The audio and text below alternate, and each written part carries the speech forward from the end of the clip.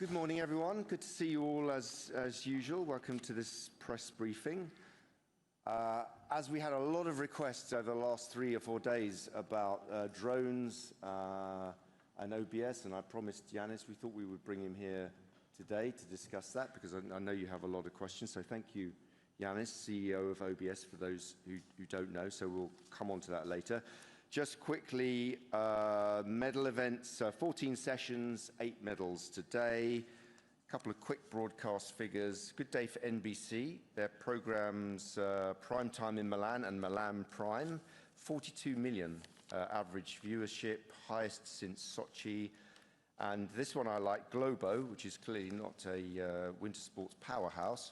8.99 million, nearly 9 million viewers on Monday. For the ski jumping, which I think is, someone was talking the other day about countries that aren't into winter sports getting into winter sports. So there you have quite a good example. We will, as ever, take all of your questions. I guess there's probably 1 or 2 other issues. I don't know what they might be that you might want to talk about. So, Luca, over to you. Grazie Marco, buongiorno a tutti. Vi do anch'io il mio benvenuto come al solito. Mi collego a quello che ha appena detto Mark. Anche noi effettivamente registriamo un grande entusiasmo. Ieri sono stati venduti 77.000 biglietti, quindi un dato estremamente positivo. 12 discipline in 11 venue di gara, insomma il sistema sta procedendo nel migliore dei modi. Una giornata particolare di nuovo anche ieri per la nazionale italiana, a cui permettetemi di mandare i nostri complimenti sia per la medaglia d'oro nella staffetta mista di short track che per la medaglia di bronzo nel misto doppio di curling. Chiudo solo con le informazioni di servizio. Ieri un dato estremamente positivo è giunto anche dai nostri canali social, con 28 milioni di reach totale e oltre 2 milioni e mezzo di interazioni, che per i canali del comitato organizzatore rappresentano davvero dei numeri importanti e quindi anche grande soddisfazione dal mondo del digitale. Oggi il presidente Malagò sarà insieme all'amministratore delegato Varnier sia ad Anterselva per poi raggiungere Cortina dove saranno in serata. Lascio la parola a Yannis, grazie. Thank you very much, Mark. Grazie, Luca. Buongiorno a tutti. Good morning, everyone.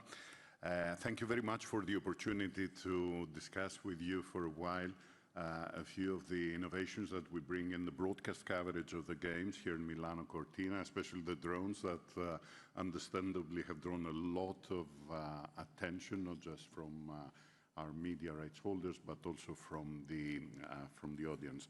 So let's start with that, and perhaps it would be better if we start with a very short video that shows you a little bit of the behind the scenes, how the drones operate, and a few images that we believe have made the difference in covering the sports here in Milano-Cortina. So if we could start with this video.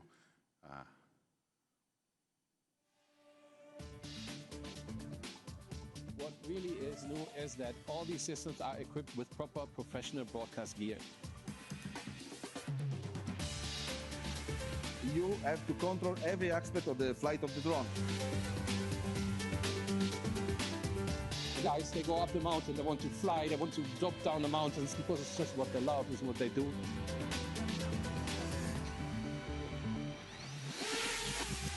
I don't know at the moment any other event where you can see up to 50 drones with those cameras, transmitters, also with a camera control.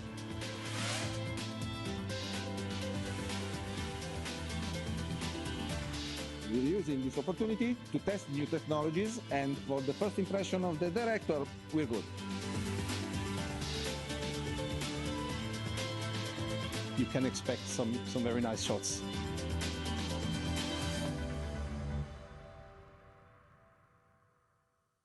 Kilometers, so you really need to have very, very fast drones and very agile drones.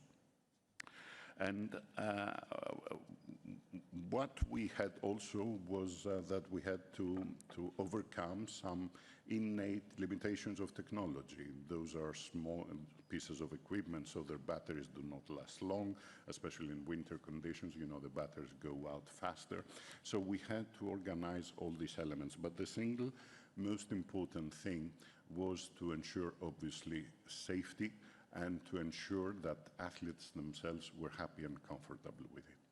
This is why for every single sport where we use them, and we use them more or less in every sport other than figure skating, curling and hockey, where they don't make particular sense. So for every single sport, in collaboration with international federations, we did a series of tests. And also, we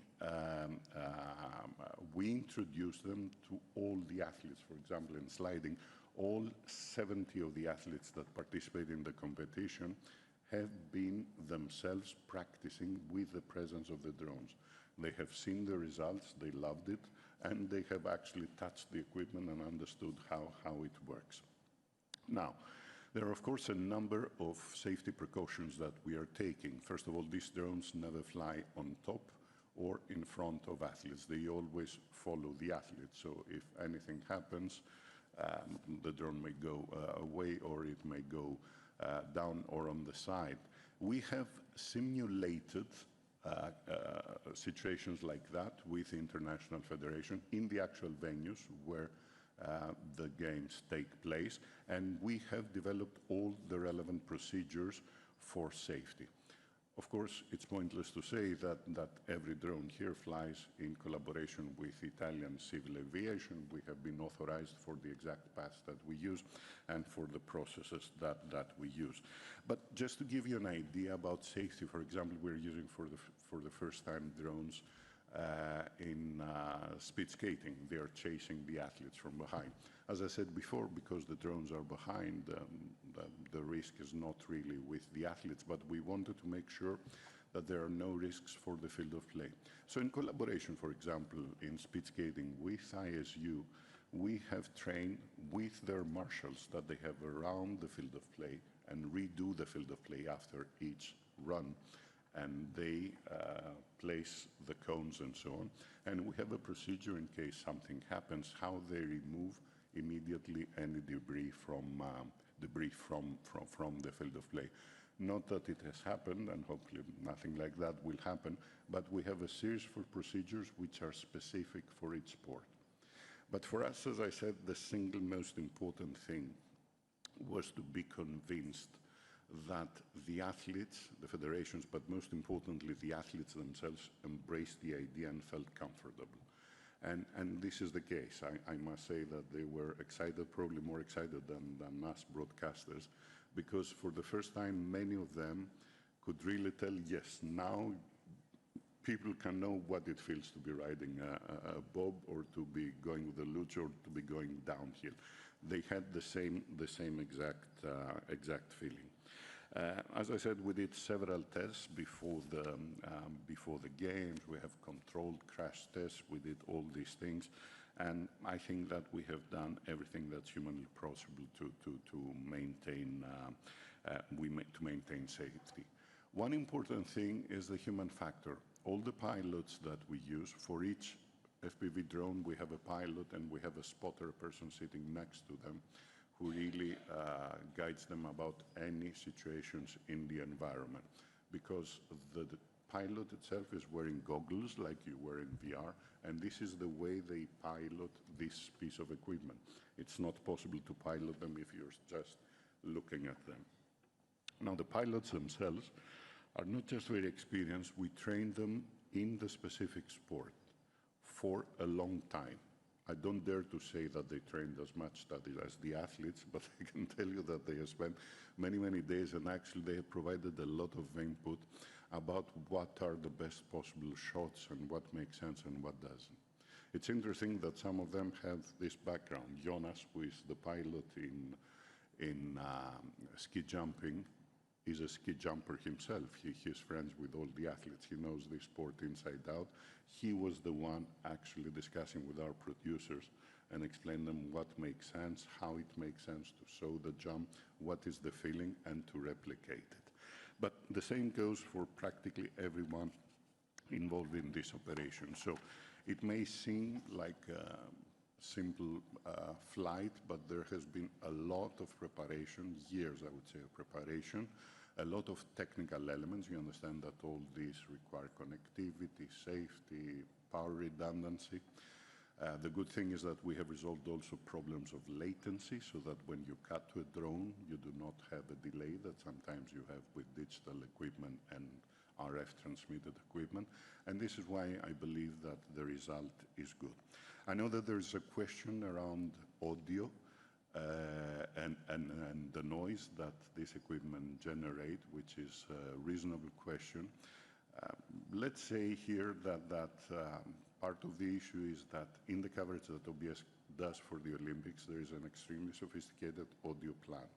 We use 860 cameras to cover the games, but we use 1,800 microphones.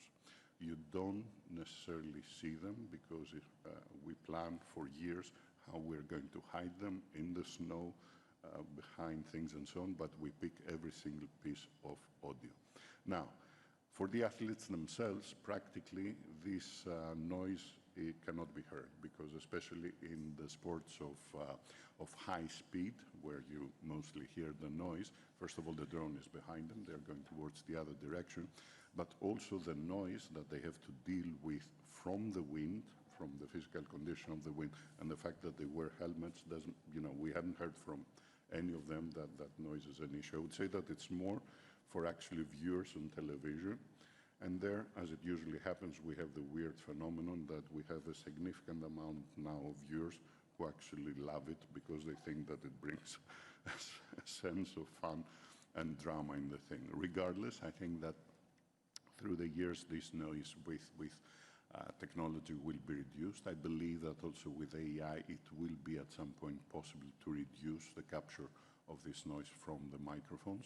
But currently, if we did that, we would kill a lot of the other atmosphere that we capture in the venues, and we simply don't want to do that. Before taking any questions, perhaps it would be interesting if I show you one complete shot from a drone. We can run the video, which is from last night from sliding. It's one of the sports I think that have most benefited from the introduction of that. And you will see the whole process of the flight of a drone, not just what you see on the final cut. So you see the drone moving from its hut where it's based, following a dedicated path, and arriving here, which is the starting point for women's luge, was last night, takes the position. You see that it's fully humanly controlled. It's not automated, it's not controlled by GPS or anything else. So here the pilot is waiting until the athlete starts. The athlete starts. After 10-15 meters, it's followed by the drone. And the drone will be chasing for the first 3 curves, because afterwards we will start losing connectivity. And here it moves away. And the director has cut to our steady cameras. It follows this dedicated path and goes all the way back to the hat of the drones, to the welcoming hands of its dads. So this is how the whole thing works. Happy to take any questions if you have. Thank you, Yanis. Fascinating. We've got lots of time for all your questions. I'm sure you have many other questions. If you have ones for Yanis, maybe get them in now, because, yeah, gentleman over there, and then we will go to the other questions, by all means. Buongiorno a tutti, Yanis. I'm Andrew Castellum from Sports Illustrated. Drones and the way they're used today have a lot of implications. One of the more positive ones is nature photography. And I know you mentioned that drones have been used quite a bit in the past, but I wanted to ask you why this Olympics, and why, especially with the stunning backdrop of the Dolomiti, it feels poetic and it's catching a lot of attention. So I wanted to ask you on the relationship between why these games and drone photography now is having a moment. In a sense, you have answered also half of the question. I mean, this backdrop, this incredible backdrop of these games, it's something that really is pushing you to find ways to bring the sport into its physical surroundings. But that's not the only reason. As I said, we started working with drones very early on, back in 2014, and we had been doing work before that. Before we use anything in the Olympic Games, we want to make sure of two things: that we use a technological innovation only if it adds to the story that we're telling, not just to showcase technology, because this is terrible, especially in the density of the games. If we simply started flying around drones and showing randomly things, people after the first day would get sick of it. They would say, okay, we have seen that, no more. So for us, it only made sense if editorially it could be integrated in the story we are saying. And this is why you see in every single sport, there's a very specific design of what we cover with the drones. The second thing is we wanted to make sure that the technology could really support that, so we could achieve safely speeds like some of the athletes do. A few years ago, this was not possible.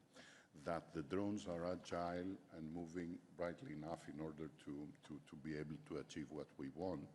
And also that we had familiarized the international federations, the technical officials of the federations, and most importantly, the athletes themselves with that. We didn't want this to become a factor affecting them. We wanted this to become a factor enhancing. So this is a process that actually started before Paris. You know, we started already since that time. We had in our minds to do it. We already have in our minds more or less what we want to do in Los Angeles and where we hope technology would be at that time. But sometimes it takes a lot of time and to introduce, and especially, you know, some of these sports in their normal competitions, they have, you know, they're being covered with, I don't know, 6, 7 cameras. Here we have a much more comprehensive coverage. We need to integrate all these elements. It takes time and it takes familiarization. We don't want to surprise anybody else. Drones is just one element of the things we do in innovation. You have seen the 360 degrees replays, the stroboscopic we're doing, the insertion of data. All these things seem quite simple when you finally see the ultimate product, but you have to go, you understand it yourself, being a photographer, through all this process of solving the little problems and making it safe. So yes, I believe we will go deeper. I believe there's incredible opportunities also for some of the summer sports in Los Angeles. And by that time, we'll have come up with other ideas as well, I'm sure.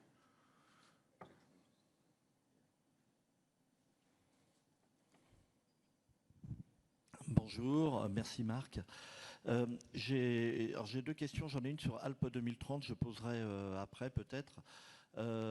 Concernant les drones, effectivement c'est très spectaculaire, il y a un vrai effet waouh, en tous les cas moi j'adore. Vous avez parlé de 15 drones, est-ce qu'il n'y va pas y avoir un problème à un moment donné pour recruter des pilotes, des talents justement pour ces drones? Merci, je pose la question après. Sur Alpes 2030. Alors Alpes 2030 ce matin a donné un communiqué pour... je ne sais pas si vous êtes au courant, Marc, hein? Non? On en parlera après, d'accord. Alors, ils ont communiqué sur le fait que le directeur général allait sans doute être dégagé, enfin sortir. Donc je voulais savoir si le CIO a participé hier à cette réunion et connaître la réaction du CIO. Merci. Merci pour la question. About pilots, as I said, we use 15 FPV drones that do require so much specialized pilots. We use another 10 more traditional drones that say, wait, they're also piloted. Whether we will be able to find. I think that overall the drone technology is one of these technologies that's being hugely embraced by young people around the world. So I'm sure that there will be a generation of people, you know, that there are also competitions for drone pilots. It's becoming a sport in itself. Where myself, I see a huge opportunity is what we are trying to do, which is actually to be using and encouraging athletes when they transition into other professions, when they finish their careers, to start becoming pilots. They're all young people. They are digitally native. It's not very difficult. So what we have done in one or two sports, I would like to see this happening more and more. So actually have old athletes with the intimate knowledge of the specific sport to be playing that role, and as a matter of fact, guiding and enhancing the ideas of our producers. So I believe that we will be finding enough. I believe these techniques will be implemented, will trickle down to other events. I hope they do. It's great, but they need to be done with the same care and attention as I hope we're doing here in the Games. Yeah, I literally, as we were coming into the press conference, I saw the wire drop on Alpes 2030. At this stage, I can't really add anything. You've seen the statement that's there. What I would say is our sole objective is to deliver successful games in partnership with them, and obviously we are in constant close contact. So yeah, we can give you a kind of a broader statement later, but I think the statement which came, I think, at 5 to 11, you have to read it and take it for itself, and we'll come back with a fuller statement later if that's okay. Yeah, just here in the front. Oh, okay, yeah. Philip Barker, just a quick question, actually response from all three of you. I've been looking at the Serie A fixtures over the next few days, and on Saturday night in the Olympic City we've got Internazionale against Juventus, a monumental fixture. Next week we've got Milan against Como. What I want to know is, one, for Yannis, are you happy with that? Two, was any approach made to Serie A in the last 7 years to move their fixtures? Because I know you have World Championships, you're not allowed to have them even in the country. And if not, why not? Why have we suddenly got this situation where we've got rival events coming on when we've got the Olympics in the city? Philip, if I may, because this is basically a question for the organizing committee. First of all, I'm not happy if Real Madrid is not playing. This is the first and most important thing. Second thing, the mixture of sports and the attention and so on. You know, I feel, and that's an answer from a point of view of a media person, that increasingly mixing sports and, you know, very commercialized sports and so on in the Olympics and the personalities of these sports, and also I would say from the wider range of entertainment, is not a bad thing. We did, you know, we organized, following the success in Paris, a red carpet before the opening ceremony in La Scala, where we had not just great legends of winter sports, but together with them, you know, we had Zlatan Ibrahimovic, we had Stanley Tucci, we had Donatella Versace. It was great for the Games. I don't feel that that was a bad thing. I understand that there may be a little bit of a distraction, but we need to see sports as a wider world. I know that in the past people thought that it's this sport against that sport and that's Olympic. That's not. I don't think that in people's minds this exists. But this is just a personal opinion regarding the organization of the specific events. Probably Luca can go through. Ma sono assolutamente d'accordo con quello che ha detto Yannis. Nella fattispecie credo che l'utilizzo dello stadio San Siro per la cerimonia di apertura e poi sostanzialmente la disponibilità che di nuovo tornava nella città e quindi delle due squadre che lo stadio ospita alla domenica lo rendesse fruibile. Sono molto d'accordo sul senso di uno sport allargato, cioè l'idea di raccogliere l'entusiasmo generale che abbraccia gli sport, che siano olimpici che non. Okay, let's go to the BBC here and then FRZ down here, yeah, and then Makaka. Thank you. Emma Smith, BBC Sports. Obviously, there was a lot of discussion yesterday about the Ukrainian skeleton slider who's been banned by the IOC from using his helmet that he describes as a helmet of remembrance. He's then yesterday evening said that he intends to use it anyway in practice and potentially in competition. Does the IOC have any further comment to make, and is he at risk of disqualification because of his stance? Well, gave a long explanation yesterday, so I won't re-go over that, but what I will say is that we will contact the athlete today, and we will reiterate the many, many opportunities that he has to express his grief. As we discussed before, he can do so on social media, in press conferences, in the mixed zone. So we will try to talk to him about that and try to convince him. We want him to compete. We really, really want him to have his moment. That's very, very important. We want all athletes to have their moment, and that's the point. We want all athletes to have a fair and level playing field. And, you know, those athlete guidelines, I have actually a copy here somewhere that I was going to wave at you, but it's online. They were agreed by 4,500 athletes and the input of many, many, many of our athletes' commissions. This is what the athletes want. They want that specific moment on the field of play to be free from any distraction. He can, and we would encourage him to express his grief. We feel his grief. We expressly want him to do that. But, you know, in the end, let me be clear, it's not the message, it's the place that counts. And that for us, and not actually us, we are in this, in a sense, in a back seat. It's the message of the athletes that the athletes have reiterated to us time and time again. There are 130 conflicts going on in the world. We cannot have 130 different conflicts featured. However terrible they are, we cannot have them featured during the field of play, during the actual competition. So we would beg him, we want you to compete. Yeah, FAZ. Thanks. Mark, Christoph Becker, Frankfurter Allgemeine Zeitung. Following up on that and following up on the explanation you gave yesterday and my question from yesterday, which referred back to the Beijing Games and German weightlifter Matthias Steiner. Last night, there was a very moving moment with Maxim Naumov, the American skater who tragically lost his parents in the Potomac air collision last year. He presented a photo of his deceased parents.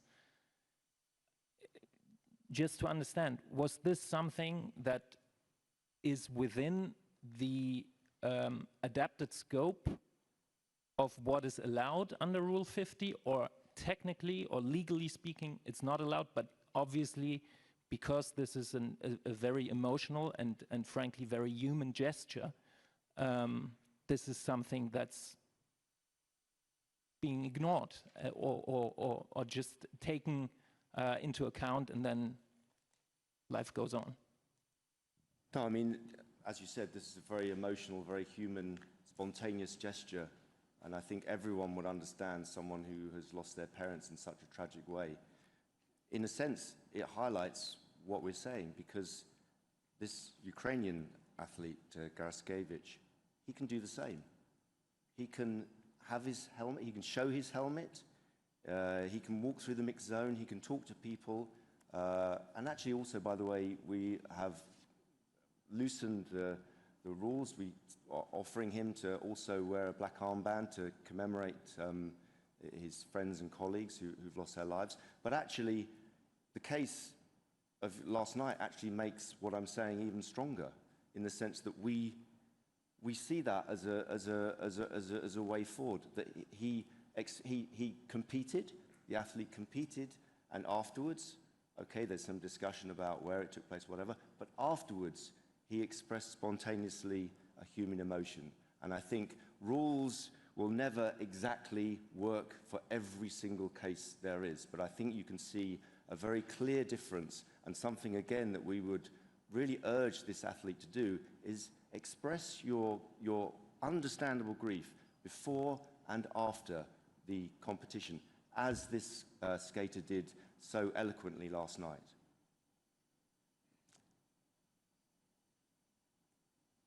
Okay, yeah, take Graham first, and then we'll go back to the BBC.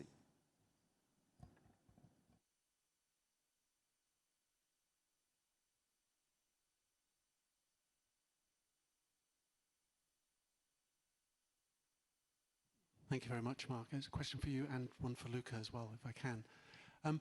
On the Ukrainian issue, when the IOC, when the rules say if you don't comply with the rules, you can't compete in the event, that's like the ultimate leverage, but it's not clear that it seems it could be that the athlete is quite immune to that leverage and he's determined to go through with this and create a sort of standoff. Where can you take the situation? What more can you do? How can you escalate the situation beyond that? What options do you have, maybe with his team or elsewhere?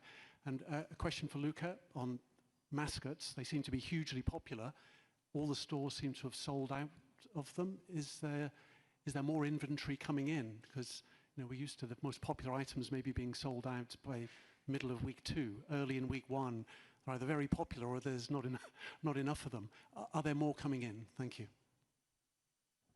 Yeah, so from my point of view, I mean, I think we don't really want to prosecute this conversation in public if we can help it. We need to give you our reasoning, which we think is a very good and compassionate reasoning, but I think in the end, as you said, it's human, and I think the way that we hope that we can deal with this is on a human level, is hopefully for people, maybe fellow athletes, but we will have conversations with him to try to explain that actually it's in everybody's interest for him to compete and for him also to be able to say what he wants to say. So I'm not saying that we have a solution, a ready solution for this, but I think here it's better for people to talk to people and for human interaction, hopefully, to win the day.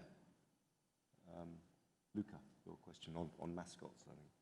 Stiamo dialogando con tutti i nostri fornitori assolutamente, quindi ci sarà materiale, ma direi che è la dimostrazione più concreta che il comitato organizzatore possa dare del grande entusiasmo che stiamo respirando tutti quanti insieme, il fatto che anche gli official store siano stati così positivamente invasi di nuovi acquirenti.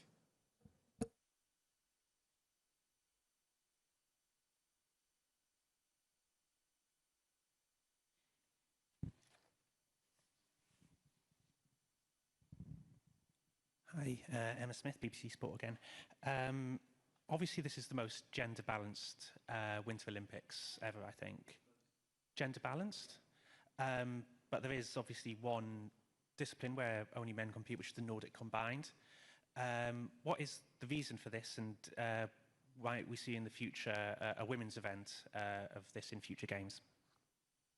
Yeah, I don't think you were here, but our sports director dealt with that, and we can give you a much, much longer explanation than I can. As you say, we are at 47%, so to all intents and purposes, these are gender balance games, but we will continue to work on it to get it to the absolute gender balance. On Nordic Combined, we are taking a look at it here. I think the explanation is that the participants in Nordic Combined have largely been from a very, very small number of countries, and that the idea is that it needs to be, like all sports that work at the Olympic Games, it needs to be more universal and it needs to be strong in both genders. And I think we will take a look at it here with the male, and we'll take a look at the sport, and we will take it forward for the next Winter Games. Sorry, yes, Wakako wanted a question. Yes, down here, please.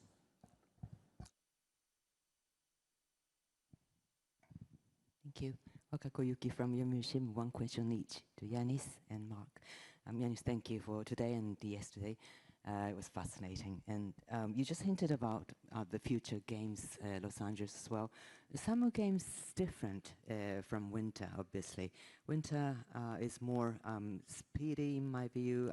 Perhaps there's a lot of things that the spectators can't see. Summer, what are the things that you are trying to enhance the drone capability and give the audience the real attraction or capture the moment? And I was curious, in the future, do you expect drone to, for instance, follow the archery, the speed of the archery shoot, or underwater even? Thank you. Mark, for follow-up of the Ukraine issue, yesterday we had talked to athlete in figure skating, Ukrainian, and he had sympathized, and he said he didn't understand what are the threshold for the judgment of the IOC. What is the threshold? Why it was? Because again, the athlete understood it was extension of commemoration.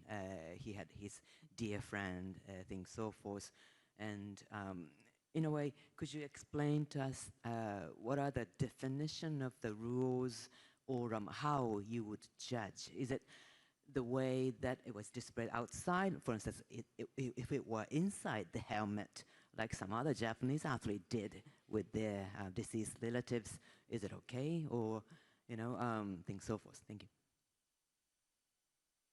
Yuki-san, thank you very much.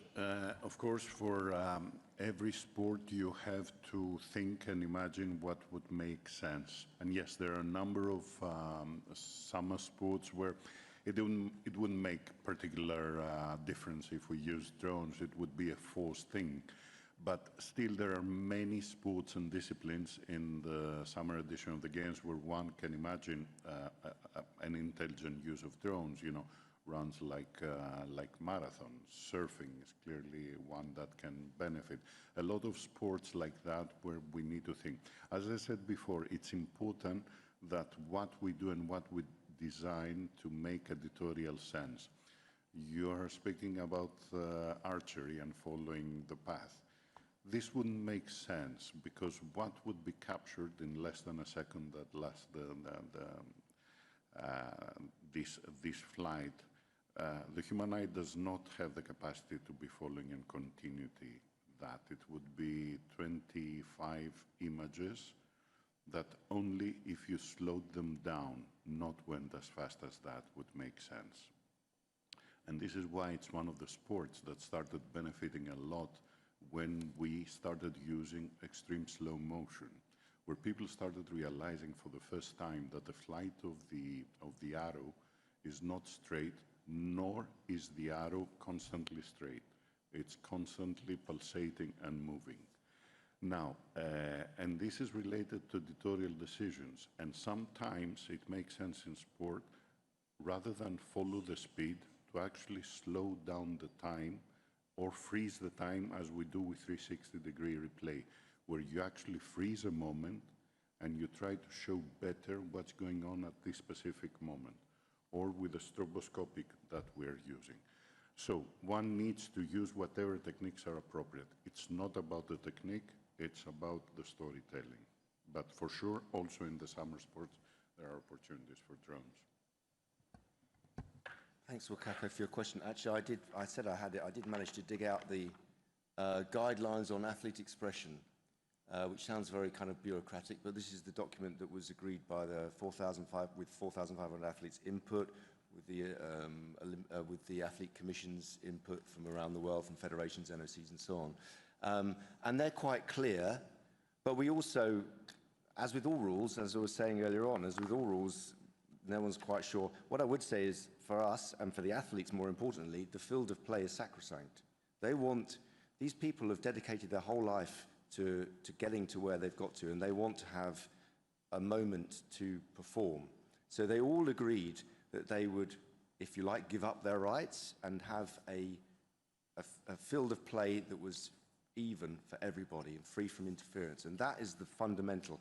When people have specific, because obviously there are specific questions, wearing something in the helmet would be fine. I can see no problem with that. They can come to us. They can actually come to us, and we will look at, through the chef de missions of the NOCs, we have this all the time. We actually have a group where we look at requests and we grant requests. In fact, I think I'm right in saying off the top of my head that an athlete has already been given go ahead to wear an armband in mourning for a relative, I think. So yes, there are cases that need fine-tuning, but the fundamental principle that the athletes have asked us is protect the field of play. Okay, oh no, yeah, gentleman at the back, just here.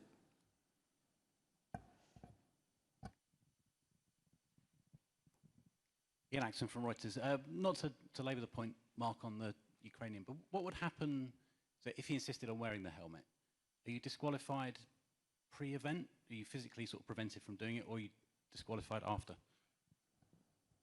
Do you know what, going back to what I said earlier on, I don't think it's helpful in this situation to look at hypotheticals, particularly since we're actually trying to get to a place where we can get him to take part. We really want him to compete, if that message hasn't come across already. We really want that to happen. So I don't think it's helpful to speculate about if he did this, what would we do? But obviously there are rules and regulations, and without belaboring the point, there are rules and regulations that the athletes themselves want us to enforce, and they will ultimately be enforced. Yeah, it was a yes. Would that be, is that an IOC matter or a federation matter? In the end, it would be an IOC matter. Yeah, sorry, lady right at the back there. Yeah.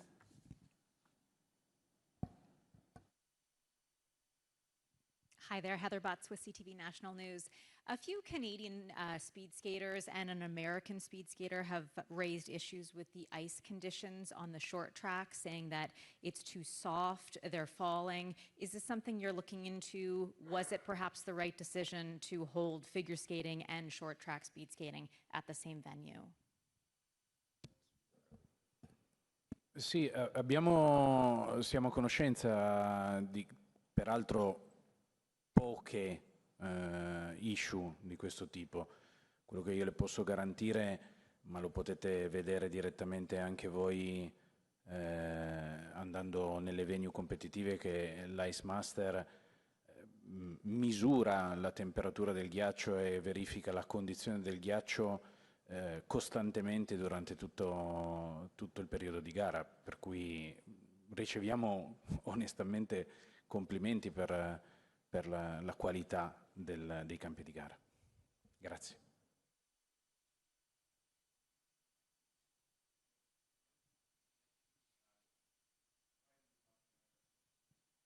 Pete, for Yanis, I think. Thank you. One for Yanis for the full set. OBS, what you do at the Olympics, obviously a great showcase for what OBS does. I think there was discussion last year, maybe was it during the election campaign, about OBS doing more work outside for maybe World Championships, for other IFs, bringing the same sort of level. Maybe that's quite an expensive proposition for a lot of IFs, but is that happening? Can you do this for other sports, individual World Championships? Listen, OBS was specifically created back in 2001 in order to make sure that in the Olympic Games we will have the best possible coverage for our media rights holders and for the whole world, and secure the quality of this coverage. This was, on the other hand, a very big relief for the organizing committees, that until that time they had the responsibility to organize the Games, the biggest event in the world, and organize the biggest production in the world, which was very difficult. So the IOC assumed this responsibility operationally, but also financially, which I think through the years has been one of the fundamental, how can I say, optimizations followed. Obviously, for us to do the coverage, we developed techniques, and we try to be very, very efficient and maximize the quality of the coverage of each sport. We're happy to see that many of the things that we do in the Olympic Games later on trickle down to the coverage of other sports. Also, we are constantly following other sports and see what we can learn and what we can do. The discussion about whether OBS could do other events. OBS has been created at the service of the Olympic movement. So if the IOC at some point and the movement sees value in that, it's true that many times we discuss with federations about their championships, come up with ideas where we are part of the movement. So if at some point the wider movement, the IOC decides that this is a meaningful way in which the IOC can support, of course, OBS will be prepared to do it. Now, each event needs to be measured for what it is and the resources that you can allocate and the level of coverage and so on. But there's no doubt that there are fundamental efficiencies that have been created, both on the OBS side and on the OCS side, which is the digital part of us, where I think that every sport now derives much more value than they could ever get by themselves because of the investment the IOC has made on the digital front. Olympics.com now is one of the most successful sports platforms around. Last You know, we have already 80 million unique users for the games here without even carrying the coverage of the games. It's all about sports and athletes. So the benefit of that, yes, we do look at it holistically. The team of OBS and OCS are committed in the movement. If there is this need, of course, we will do it in the appropriate manner. You cannot be doing Olympics every week, but yes, there are ways of doing things. Okay, we're going to take the last question from the, thanks Yanis, from the front here, from the mountains. Also to Yanis, it's just a clarification, please, on the drones versus the cameras. Lindsay Schnell from The Athletic asked, are the 15 drones that you mentioned, and I think you said 10 regular drones as well, part of the 860 cameras or on top of, and therefore what is the total number, including drones, of OBS cameras?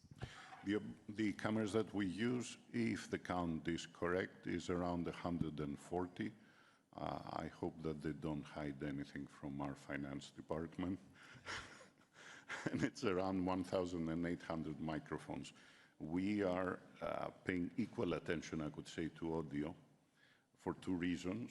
First, because audio does create an emotional environment that sometimes even visuals cannot do. So this sense of immersion is very much enhanced. It's something that sometimes is overlooked in sports, but it's hugely, hugely important. And second, because I have this fixation with music and audio myself, so I always go there and tease the team. So from the three microphones up here, no, I was just about to say goodbye. One more question then, right at the back there from CGN. Yeah. Sorry, thank you, Mike. A question for Yanis, question from CMG. I'm wondering, are these drones, where are these drones made? And are they specially developed for broadcasting? And also I'm wondering, are they available on the market? Thank you. Can you please repeat the first part? I'm not sure Where were they made and are they available? These drones come from different... Where are these drones made? Yeah. And also, are they developed specially just for broadcasting? Are they available on the market? These drones, some of them are commercial type of drones, so commercial. They are professional drones, but can be sourced. Some of them are modified. They come from several different vendors, but for this question coming from CMG, there is no doubt that China is one of the major players in the development of drones around the world. Companies from China deliver some of the best, more advanced technology that there is, and obviously we use them. But they do not come from a single provider. And as I said, we have worked in slightly modifying some of them. We would always be looking into the market for whatever can fit their needs. Okay, thank you very much. We will be back same time tomorrow, at least Luca and I. So thank you, Yanis. Cheers. Bye-bye.